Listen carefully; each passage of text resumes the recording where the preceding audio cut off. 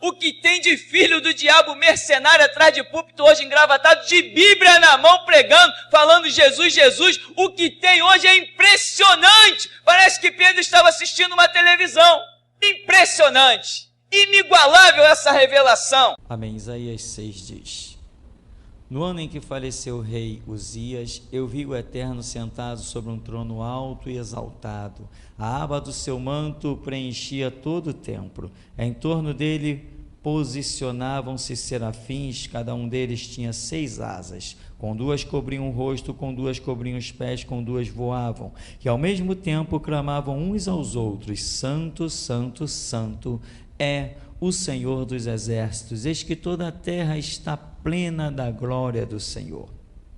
Ao som das suas vozes, os batentes das portas tremeram e o templo ficou repleto de fumaça. Então bradei eu: ai de mim, não tenho salvação, porquanto sou um homem de lábios impuros e vivo no meio de um povo de impuros lábios, e os meus olhos contemplaram o Rei, o Senhor dos exércitos. Imediatamente um dos serafins voou até onde eu estava, trazendo uma brasa viva que havia tirado do altar com uma tenaz, e com ela tocou a minha boca e declarou-me: vê, isto tocou os teus lábios, a tua culpa será removida e o teu pecado está perdoado. Em seguida ouvi a voz do Eterno que clamava: quem hei de enviar? Quem irá por nós? Ao que prontamente respondi: eis-me aqui, envia-me a mim.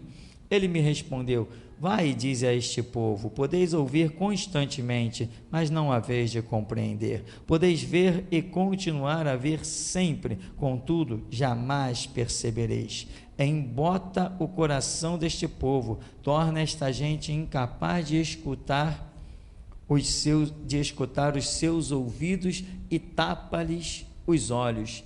Que essas pessoas não enxerguem com os olhos, não consigam ouvir mediante os ouvidos e não possam entender com o coração, a fim de que não recebam a conversão e se tornem sãos. Amém, irmão? Poder sentar.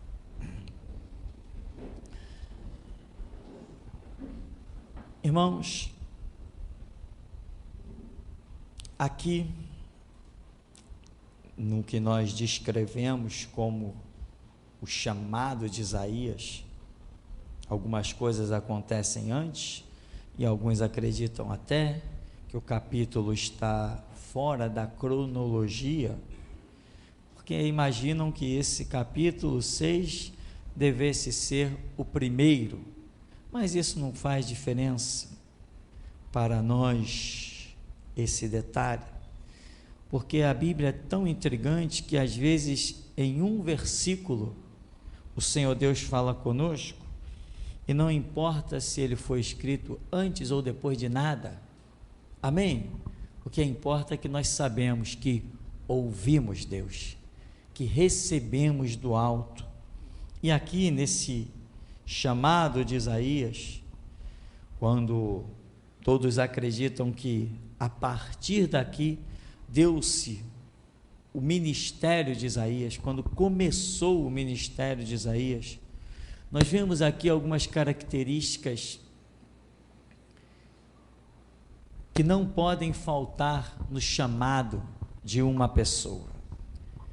E se falta isso, quando você olha para o ministério de alguém e não vê isso, você consegue claramente identificar isso. Identificar não, receber de Deus que aquilo não consta, você pode dizer: essa pessoa não tem um ministério, a pessoa está se iludindo, completamente equivocada. Aqui nós vemos algumas características brilhantes que vão ser confirmadas ao longo dos ensinamentos do Senhor Jesus. Veja que ele começa dizendo: eu vi o Eterno sentado sobre um trono alto e exaltado, a aba do seu manto preenchia todo o templo. Engraçado, ele diz: eu vi o Senhor. Mas quando você vê alguma coisa, você não seria capaz de descrever ou fazer algumas comparações daquilo que você vê? Só que ele não descreve o Senhor, ele descreve tudo, ele descreve templo, ele descreve umbrais de porta, ele descreve serafins, o que esses serafins, como eles se comportam, a fumaça, mas o Senhor ele não descreve. Onde nós concluímos que ele não viu o Senhor. Inclusive a Escritura vai ser muito clara em dizer que ninguém viu o Senhor. E se ninguém viu o Senhor, o que então viu Isaías? Ele viu, irmão, aquilo que tem que ser o suficiente para nós, e é o que tem sido, e é o que sustenta a igreja, o mover espiritual, em que ele discerniu isso aqui, esses serafins, aquele trono, ele não diz nem que tinha uma luz lá no trono, ele não diz se viu alguma sombra brilhante ou qualquer coisa lá no trono, ele diz que tinha lá um trono exaltado quer dizer um trono grandioso, mas ele não descreve esse ser que está nesse trono, porque aqui tem uma situação semelhante à de Moisés. Moisés quis também contemplar, mas o Senhor falou assim, não, homem nenhum verá a minha face e viverá. É o mesmo que esteve diante de Moisés, é o mesmo que está aqui diante agora de Isaías. Quem é esse que está aqui nesse trono? É o Senhor Jesus, só que na sua forma mais expressiva, recebendo a adoração dos serafins, não pode ser contemplado por meros mortais. Nós só contemplaremos isso quando isto que é corruptível, que é o nosso corpo, for transformado em incorruptível, quando permutarmos, tivermos esse novo estágio de vida, aí poderemos ver esta glória que é manifesta do nosso Senhor. Mas Isaías, naquelas condições, e inclusive numa situação que é anterior ao serafim chegar e dizer, isso tocou os teus lábios, o teu pecado foi apagado. Ou seja, Isaías ainda está na condição de um pecador, que ele vai se declarando pecador, e o serafim que vem, pela atitude do serafim, confirma que realmente o Isaías está num estágio de pecado. Ai de mim, eu vou perecer, eu sou um homem de lábios impuros, e eu habito no meio de um povo de impuros lábios.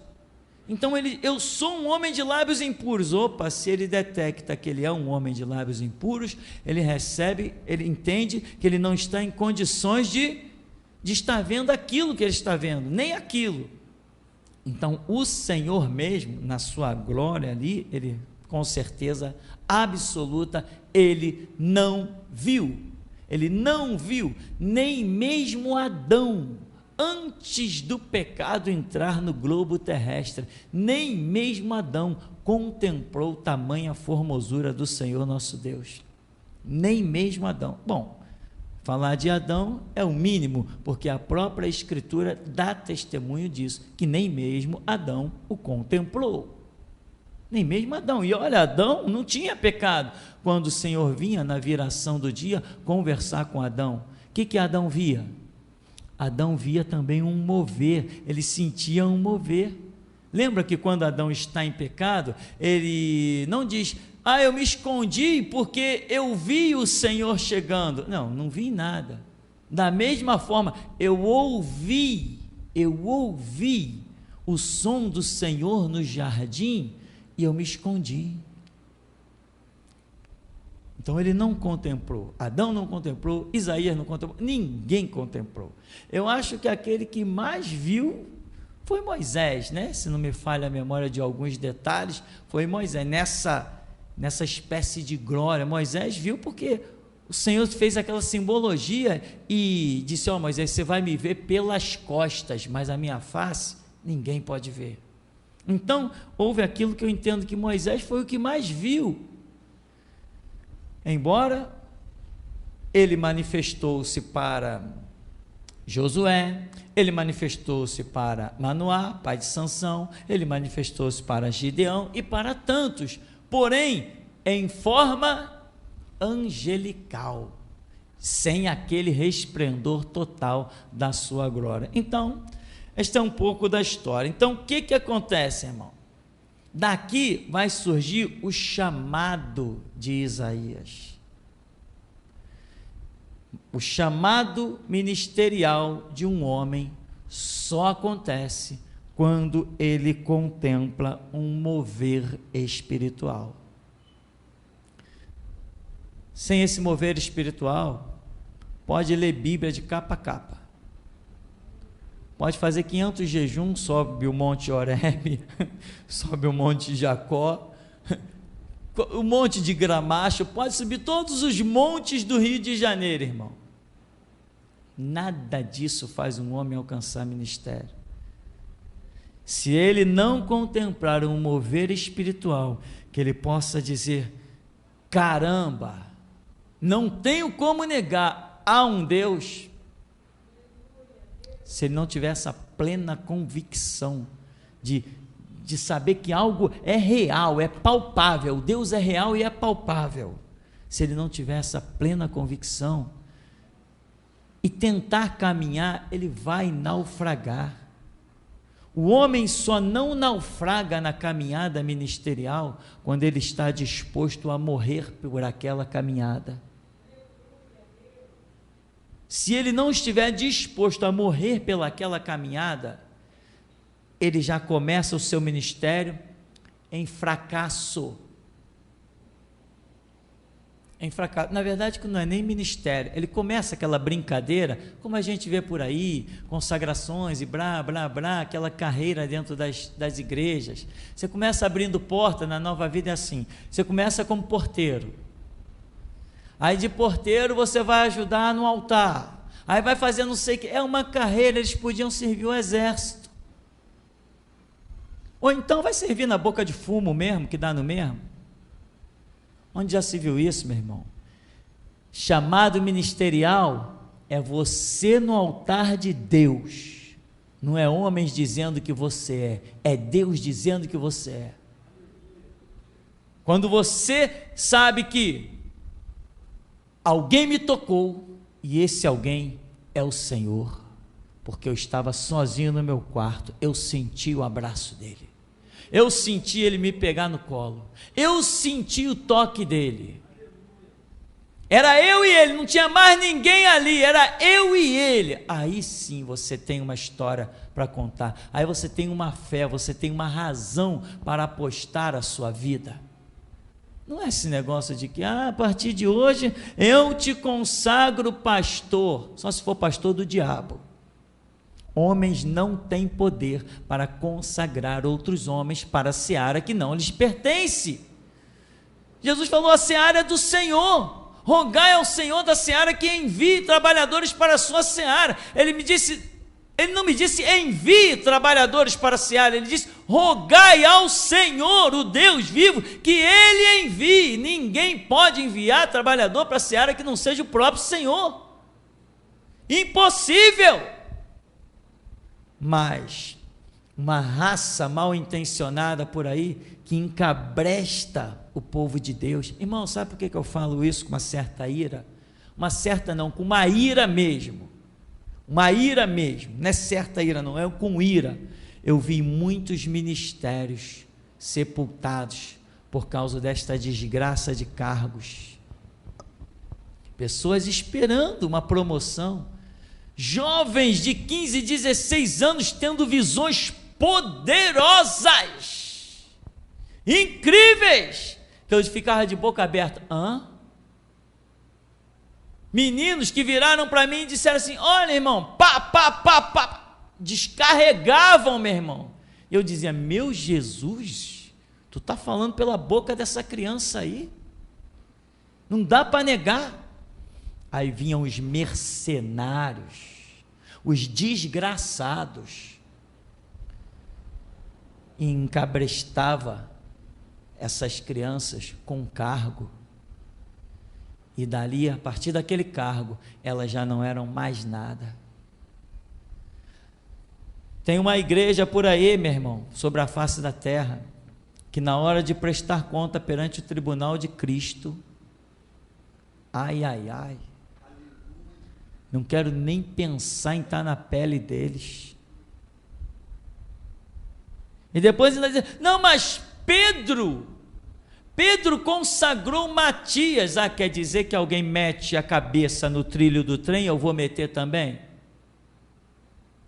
Eu não tenho o Espírito Santo para me ensinar? Por acaso eu me espelho em homens?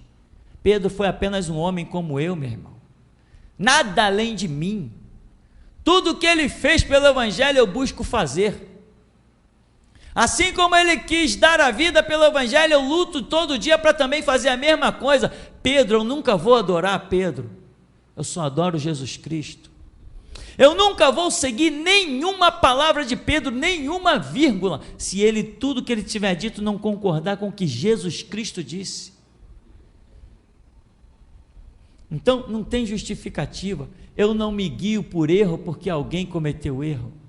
Eu tenho que saber buscar na fonte, na graça, e discernir os erros até daqueles que foram grandes homens. Ou será que Paulo não errou? Quando Jesus diz, sai de Jerusalém, ele diz, não vou sair, e não saiu. Isso está certo? Vou bater palma. Paulo, o infalível. Aí Jesus olha do céu e diz assim, e tu, um hipócrita. Que infalível, meu irmão? Cometeu um erro absurdo. Imagina Jesus falar face a face contigo, te dar uma ordem e você não cumprir. Depois está lá na cadeia, todos me abandonaram. É mesmo? Não me diga. Eu nunca vi rebelde ser amparado. Está lá chorando, me tragam a capa, me tragam os pergaminhos, olha, todos me abandonaram. Não me diga, tadinho dele. Jesus Cristo nunca abandona aquele que anda na sua vontade, ele nunca abandona. Eu não me sinto só, eu posso estar no meio de um deserto, eu não me sinto só, porque a graça do Senhor, a sua vara e o seu cajado me consolam. Não é assim que está escrito? Sim, é assim que está escrito, e se eu estiver andando certo, é assim que vai ser. Então, esses cargos mataram muita gente, irmão. Eu vi matar muita gente aqui nesse bairro, vi matar mesmo, assassinar. E os pais, coitados, né? Meu filho, tão cedo, já foi consagrado a diácono. É claro, um mercenário está querendo comer a carne da ovelha, arrancar-lhe as unhas e arrancar-lhe a lã. Lembra de Ovelhas da Matança? Lembra da mensagem, Ovelhas da Matança? É isso que acontece, meu irmão. Eu conheci em Macaé um homem, o homem estava lá na igreja, recebendo revelações, profetizando, aí o pastor auxiliar, assim, na maior cara de pau, conversando comigo, falou, o irmão está se destacando, e já tem um grupo de olho nele, aonde ele vai, o grupo já vai atrás. Eu já falei com o pastor presidente lá da sede, consagra logo ele a pastor, que assim ele fica quietinho ali como pastor, e não sai da igreja, e ninguém vai atrás dele, e ainda tem mais, a igreja da onde ele é a que tem o dízimo maior. Irmão, deixa eu dizer uma coisa para você, Jesus te amou muito, em colocar você numa igreja da qual eu sou o pastor. Jesus te amou demais. Ele falou assim, eu vou tirar o meu povo de deixar de ser escravizado, pisado e humilhado. Eu vou colocar eles diante do meu pastor, e colocou você diante de mim. Eu sou pastor, e te digo mais, eu sou o melhor. Sou o melhor com todas as letras. Se alguém achar que eu não sou, faz o desafio de vida e de morte. Eu consigo enxergar o que vai no meu coração, sou íntegro diante desse Deus, sou reto. Se não fosse, meu irmão, pararia o culto aqui como todo mundo, para tirar de toda hora oferta. Por aí não se tira oferta 3, 4 vezes no dia? Oferta disso, oferta daquilo. Eu conheci uma senhora que ela pegava R$10, trocava antes de ir para a igreja. Cada hora de oferta ele ia lá, botava R$2.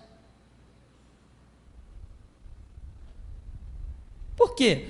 Para não ficar humilhada no banco, né? Todo mundo levanta, ela vai ficar lá no banco, e a irmã não deu oferta disso, a irmã não deu oferta, então ela trocava o dinheiro, toda hora ela botava 10 reais, mas não é culpa dela não, a culpa é dos mercenários, a culpa é dos hipócritas, dos que querem arrancar tudo, couro, lã, unha, arrancar tudo das ovelhas. Um ministério, meu irmão, onde Jesus passeia no meio dele, não tem falta de nada não, todos contribuem voluntariamente, porque reconhece que a bênção na sua vida é abundante, é transbordante. Teve gente que veio para esse ministério, meu irmão, que eu falei, caramba, chegaram nesse lugar com dívida de 200 mil reais, teve mesmo, não vou falar quem é para evitar constrangimento, chegar nesse lugar com dívida de 200 mil reais, se envolveu no ministério, daqui a pouco pagou, e hoje, meu irmão, é transbordante. Então, meu irmão, mergulha nas águas profundas do Espírito. Voltando, ministério só tem quem sabe que Deus é real, quem tem um contato com Deus. Uma vez eu fui num retiro de uma igreja, e dentro do quintal dessa igreja, do terreno, tinha lá um monte, então o pessoal subia o monte, para vamos morar lá no monte. E um dia estávamos cantando uma música, né, um corinho, e naquele mover, quando estavam cantando, uma irmã estava cantando, eu nunca tinha ouvido aquele corinho, uma irmã estava cantando, de repente eu senti um mover, e eu olhei para cima. Quando eu olhei para cima, eu não vi nada, mas eu sabia que tinha alguma coisa ali no alto, sobre nós, mas eu não vi nada, mas eu tinha certeza, tinha alguma coisa ali, eu estava sentindo, a minha alma estava percebendo aquilo. E quando começávamos a cantar, santifica o teu povo, aleluia, aleluia, santifica, e aquilo, quando começamos a cantar, eu senti alguém, um ser, uma pessoa dentro de mim, e eu falei, meu Deus, Ele está aqui dentro de mim, o Espírito Santo está dentro de mim, de tal maneira, tão claro, que eu pude identificar aonde ele se aloja dentro do ser humano, de tão claro que foi, em qual lugar ele habita, dentro de nós, no nosso tabernáculo, exatamente aqui, no centro, bem aqui no meio do peito, bem aqui. Falei, caramba, ele está aqui.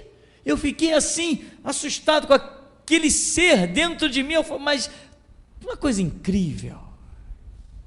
E eu saí dali dizendo, caramba, Deus é real e habita em mim. E eu comecei a ser um valente. Como que o demônio vai encarar se ele está aqui dentro de mim? Como que o mal vai me abater se ele está aqui dentro de mim? Aí, meu irmão, você começa a ter autoridade sobre principados, sobre potestades, hostes infernais da maldade. O que vier pela frente, você vai ser o cara, porque você teve uma experiência, você viu? Não vi, mas é um mover espiritual que nos faz ver Deus como se os nossos olhos tivessem contemplado. Isaías não viu Deus, mas o que ele percebeu foi o suficiente. Sabe, irmão, você veio aqui para ver Deus, pois Deus se manifesta para você constantemente, em um mover espiritual, no que você sente, no arrepio que você sente. Uma vez eu estava passando por uma crise, umas lutas profundas, e eu comecei a falar com Deus assim, Deus, não é possível que tudo aquilo que eu senti dentro da igreja,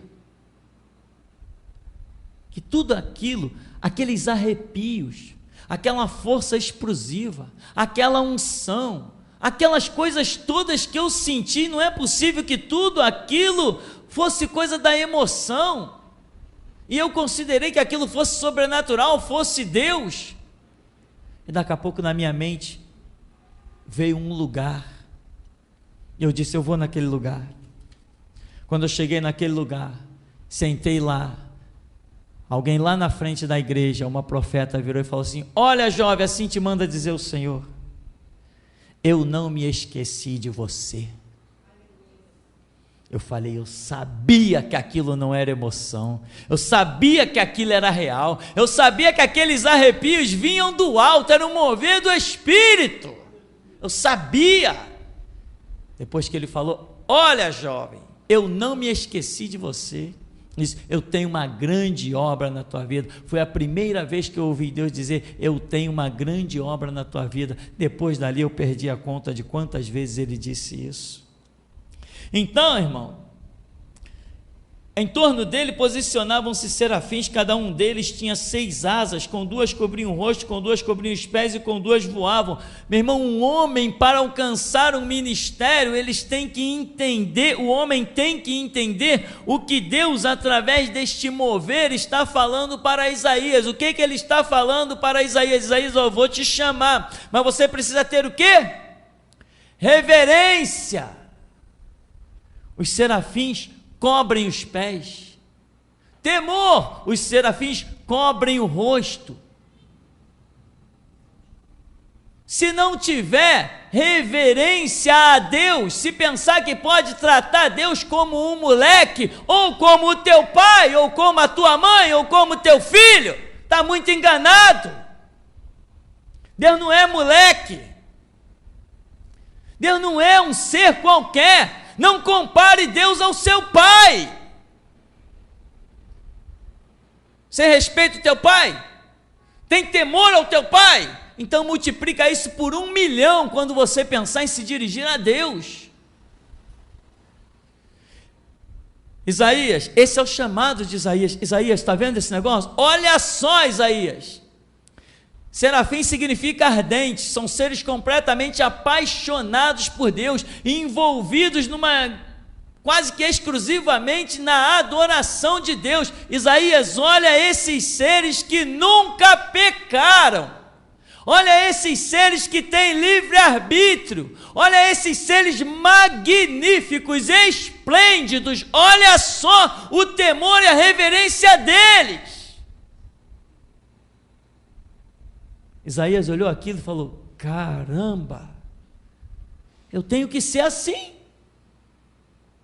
Só pode se aproximar do trono de Deus quem tem reverência. Uma reverência indescritível. São esses que podem se aproximar de Deus. Não é todo mundo, não.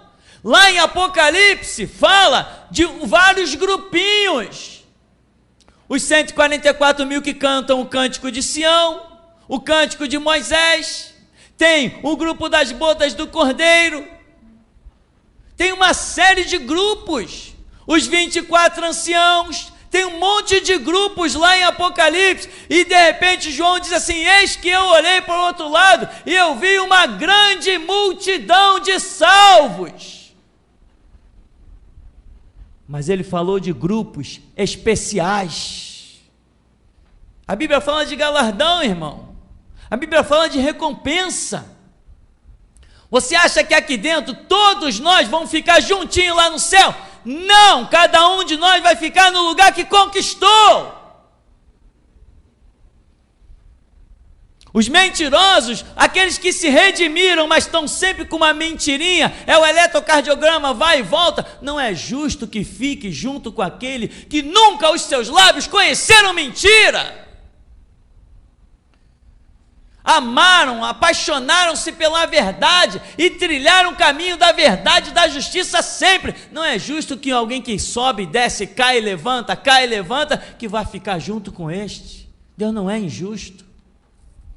Isaías, olha a reverência desses seres, olha como eles se comportam. Com 2 asas cobrem os pés, com 2 cobrem o rosto e com 2 voam. Quer dizer, eles estão se sacrificando. Se são seres com 6 asas, poderiam usar as 6 asas para voar, eles estão voando só com 2. Sem sacrifício, meu irmão, ninguém reverencia a Deus. Sem sacrifício, ninguém adora a Deus. Eu vou confessar uma coisa para você que eu tenho buscado nos últimos meses. Eu tenho buscado nas minhas orações ter um espírito de adorador. Quando o homem é adorador, nunca ele é corrompido pelo dinheiro. Quando o homem é adorador, meu irmão, ele nunca busca colocar o seu nome em canto nenhum, porque ele é adorador. Se ele é adorador, ele reconhece que há um nome acima do dele. Quando o homem é adorador, meu irmão, ele não cai. Ele não cai nunca. Quem é adorador, quem tem o espírito de adorador, não cai nunca.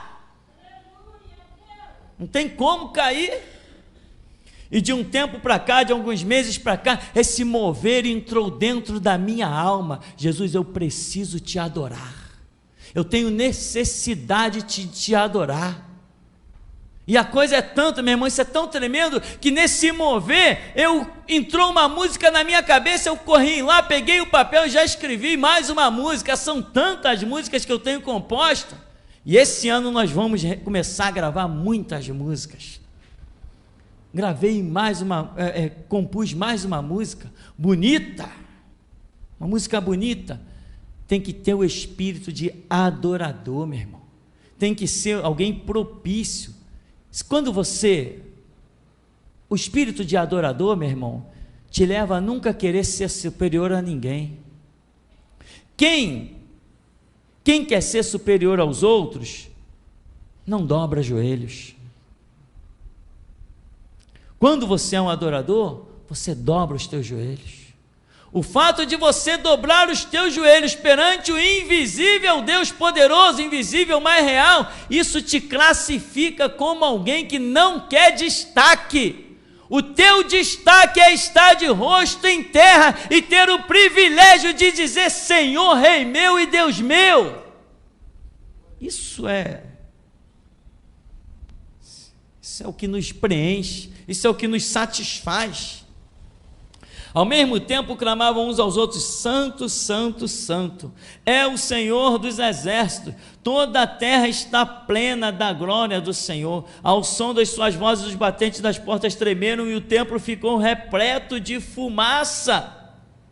O que é essa fumaça que tornou o templo repleto? Houve a adoração e houve a manifestação. Fumaça é a presença de Deus. Então, a presença de Deus em meio à adoração. Então, meu irmão, quer que Deus se manifeste? Adora. Você pode até dizer: Deus, faz justiça. Ele vai fazer, mas se antes da sede de justiça no teu coração tiver a sede de adoração, aí vai haver justiça.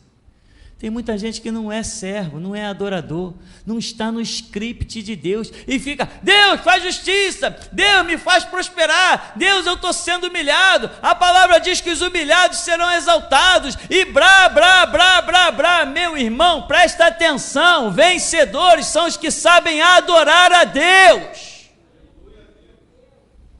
Quem adora a Deus tem todas as qualidades. Os adoradores são fortes, os adoradores são guerreiros, os adoradores são verdadeiros vencedores, porque você não consegue neste mundo de trevas facilmente adorar a Deus. Para chegar ao altar de Deus, se prostrar e adorar, você tem que vencer exércitos. Então bradei eu: ai de mim, não tenho salvação, porquanto sou um homem de lábios impuros, e vivo no meio de um povo de impuros lábios. Os meus olhos contemplaram o Rei, o Senhor dos exércitos. Meu irmão, você quer Deus na tua vida, quer que Ele se manifeste? Reconhece as suas condições. Vai no teu passado, purifica ele. fecha todas as portas do diabo, as portas da maldição, as portas do engano, as portas do ludibriar um, ludibriar outro. Redime-te, te corrige, te conserta.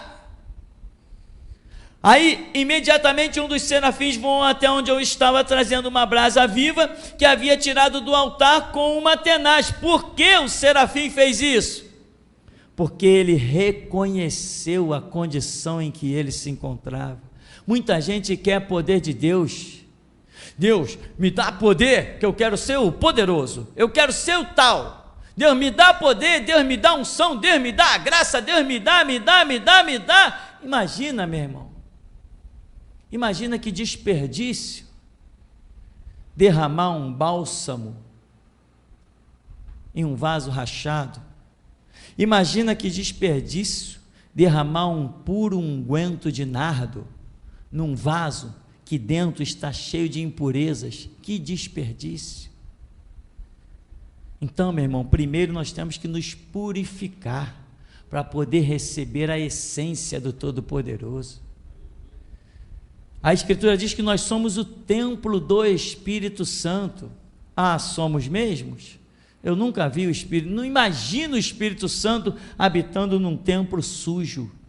Primeiro ele vai pegar a vassoura e limpar. Agora nós temos que permitir ele ir em todos os cantinhos e passar um belo aspirador de pó. Quando nós estivermos mesmo limpos, aí vamos ver o que é glória de Deus, irmão. Porque nós vemos pessoas que estão sendo abençoadas abundantemente, e vemos outros que passam 5, 10 anos, 11 anos, 15 anos, e a vida permanece do mesmo jeito.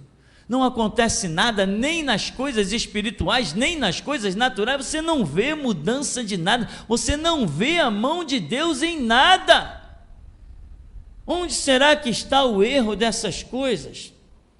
Aí ele diz: imediatamente o serafim voou, trouxe a brasa viva do altar tirada com uma tenaz. Verso 7, com ela tocou a minha boca e declarou-me: vê, isto tocou os teus lábios, a tua culpa será removida e o teu pecado está perdoado.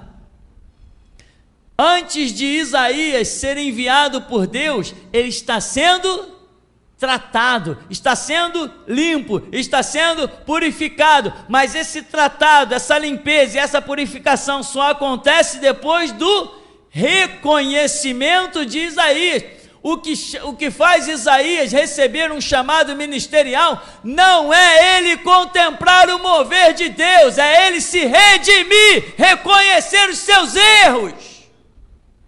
É isso que faz. Não está escrito aqui que Isaías viu todo aquele mover, então o serafim veio e ele foi enviado. Não é isso. Ele viu todo o mover, reconheceu as suas misérias, aí tudo começa a acontecer. Tem muita gente que vem dentro da igreja e entra no mover porque é impossível, e sente coisas sobrenaturais e dá glória a Deus e aleluia, mas a vida é uma desgraça. E fica com os glória a Deus e aleluia que só importuna os ouvidos de Deus, e pensa que toda a igreja é palhaça, que ninguém discerne de um glória a Deus que não presta para nada, para um glória a Deus que realmente chega diante do trono de Deus.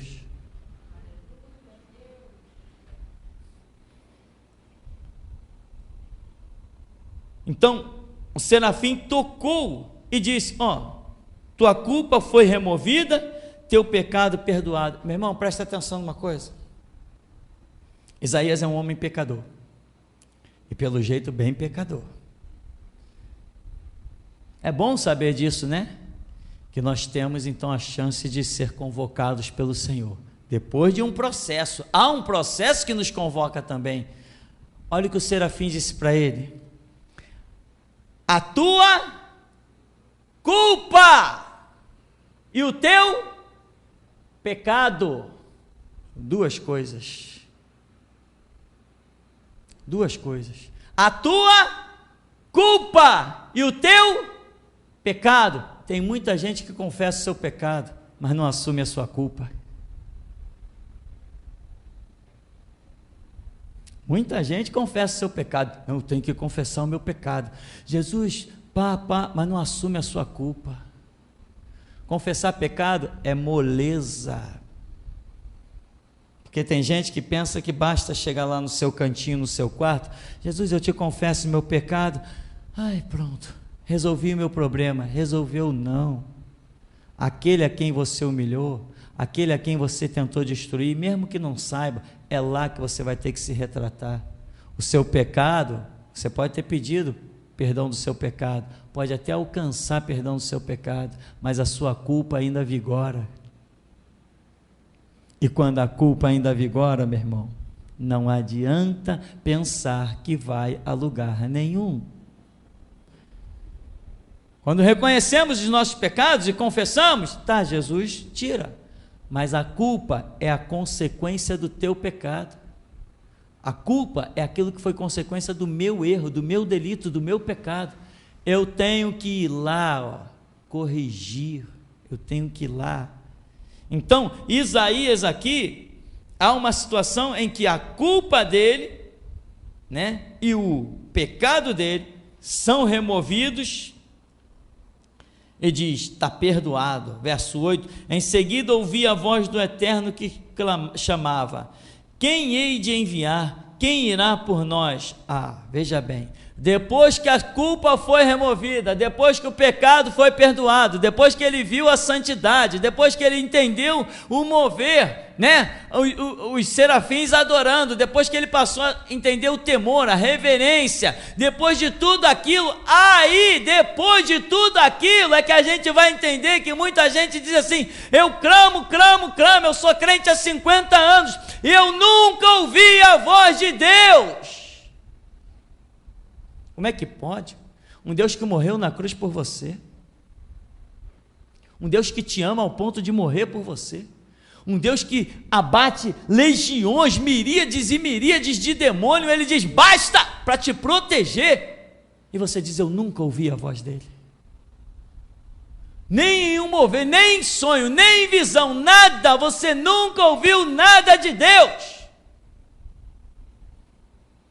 Aqui está dizendo, em seguida, eu ouvi, quem hei de enviar, quem há de ir por nós? Depois de quê?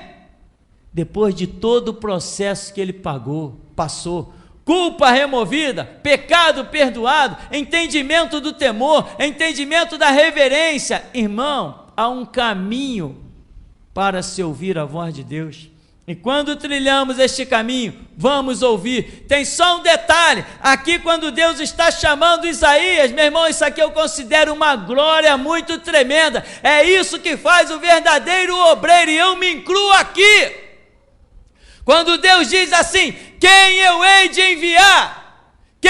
Como é que diz aqui a expressão? Deixa eu falar exatamente como que foi visto aqui.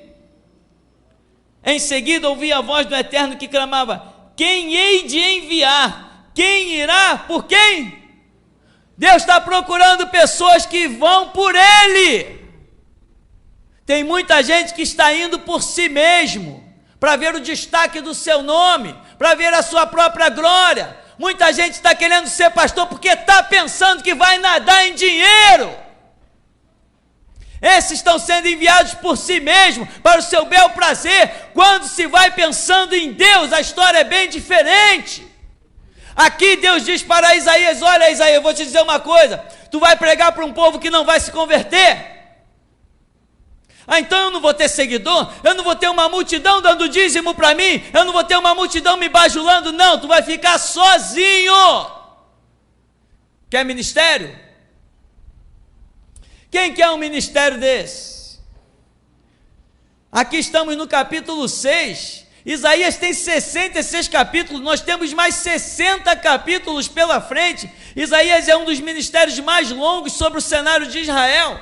Ele passou mais de 20 anos pregando naquela cidade sem ver resultado, até que alguém pega ele, coloca ele em cima do altar e serra ele no meio.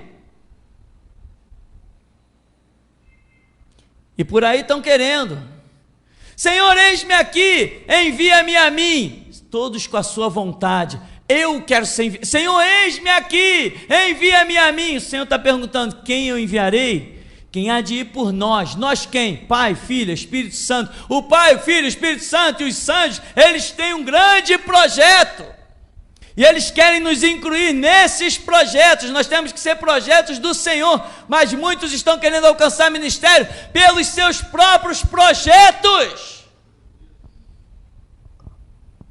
E ser, meu irmão, ter ministério só quando em nós se cumpre o projeto de Deus, não nós. Aí eu vou contar a história de um monte de palhaço de batistas que eu encontrei. Eles me amam, passam aí nessa rua, que jogam até beijo para mim, qualquer dia vão jogar flores, e eu também estou preocupado com eles demais, estou muito preocupado. Eu estou tão preocupado com eles, é porque eu amo fazer amizade, desde que não seja atrás desse púlpito. Atrás desse púlpito eu não tenho nem pai, nem mãe, nem amigo, não tenho nada. Atrás desse púlpito eu só tenho uma coisa: Deus.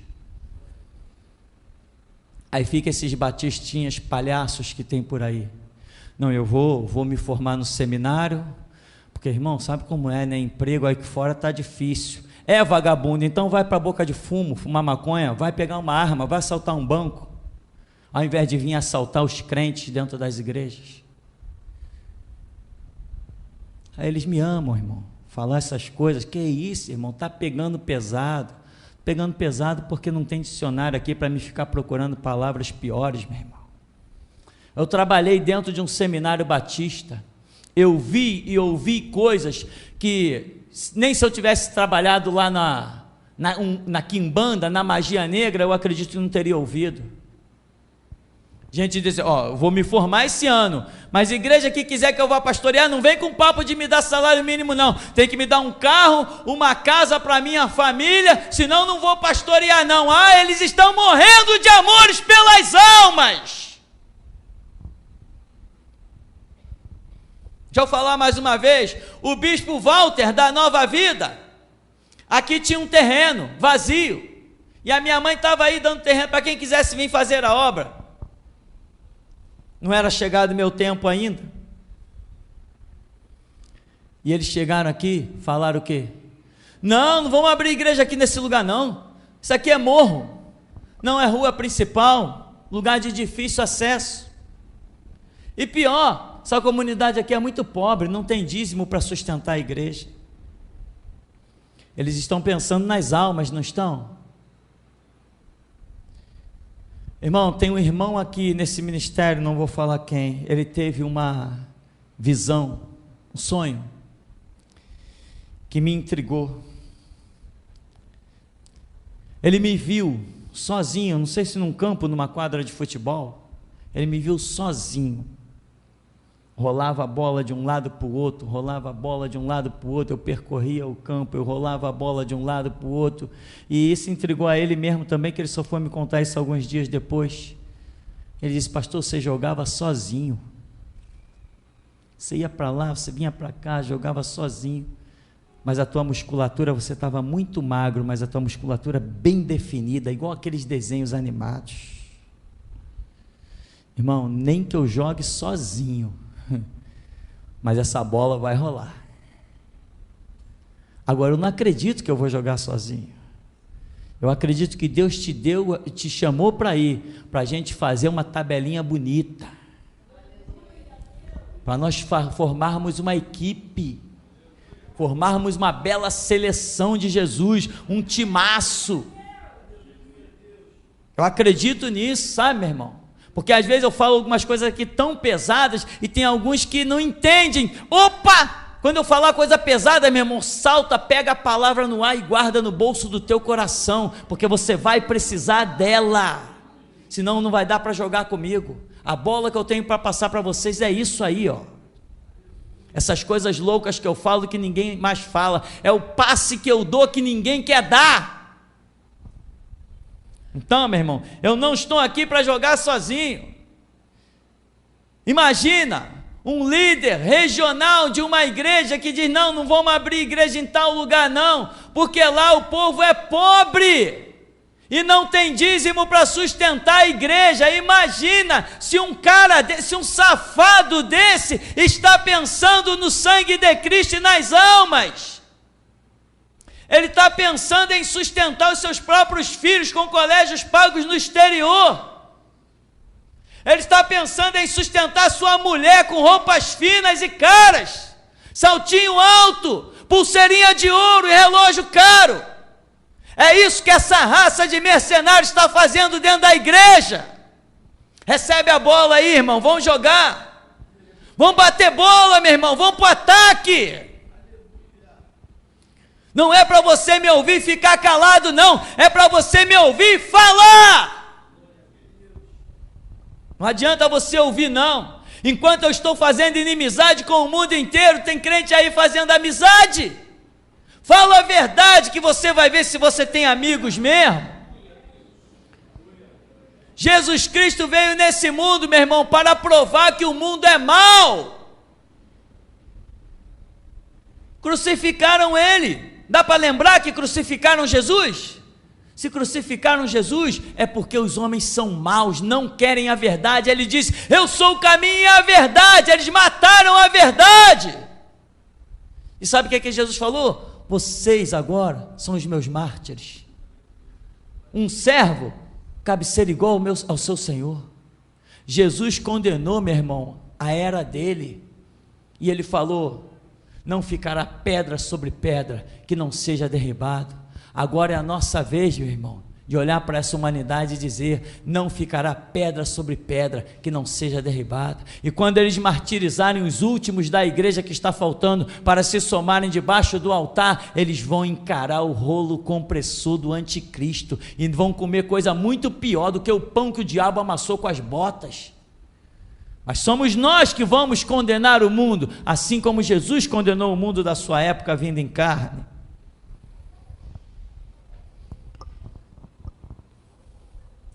Ele me respondeu: vai e diz a este povo: podeis ouvir constantemente, mas não haver de compreender. Podeis ver e continuar a ver sempre, contudo jamais percebereis. Embota o coração desse povo, torna esta gente incapaz de escutar os seus ouvidos e tapa-lhes os olhos, que essas pessoas não enxerguem com os olhos, não consigam ouvir mediante os ouvidos e não possam entender com o coração, a fim de que não recebam a conversão e se tornem sãos. Imagina, você quer ser enviado? Qual é a sua vontade? Jesus, eu quero pregar e quero ver pessoas curadas. Jesus, eu quero pregar e quero ver pessoas libertas. Jesus, esse é o que você quer, esse é o teu ministério da tua cabeça. Mas Deus, quando chama Isaías, diz assim: Isaías, vai lá pregar. Mas sabe o que vai acontecer? Eles não vão te dar ouvidos, eu vou tapar o ouvido deles, eles não vão compreender, eles não vão ser curados, eles não vão ser libertos, eles não vão te seguir, eles vão te odiar, tá? Então quem é que quer esse ministério? Este, de Isaías, nada mais é que o ministério da restauração que hoje nós pregamos, porque Isaías não pregou para um povo estranho, Isaías pregou para o seu próprio povo, e esta é a nossa missão. Não pregamos para um povo estranho, pregamos para o próprio povo de Deus, que não vai nos ouvir, por mais que eu prove que eles estão seguindo a mercenários, não adianta. Por mais que eu mostre que eles estão sendo explorados, eles vão continuar nos odiando. E eu ainda me alegro, muito mais que Isaías, muito mais que Jeremias, porque eu poderia estar aqui pregando sozinho pela internet, e ainda tem todos vocês e um monte de gente que ouve.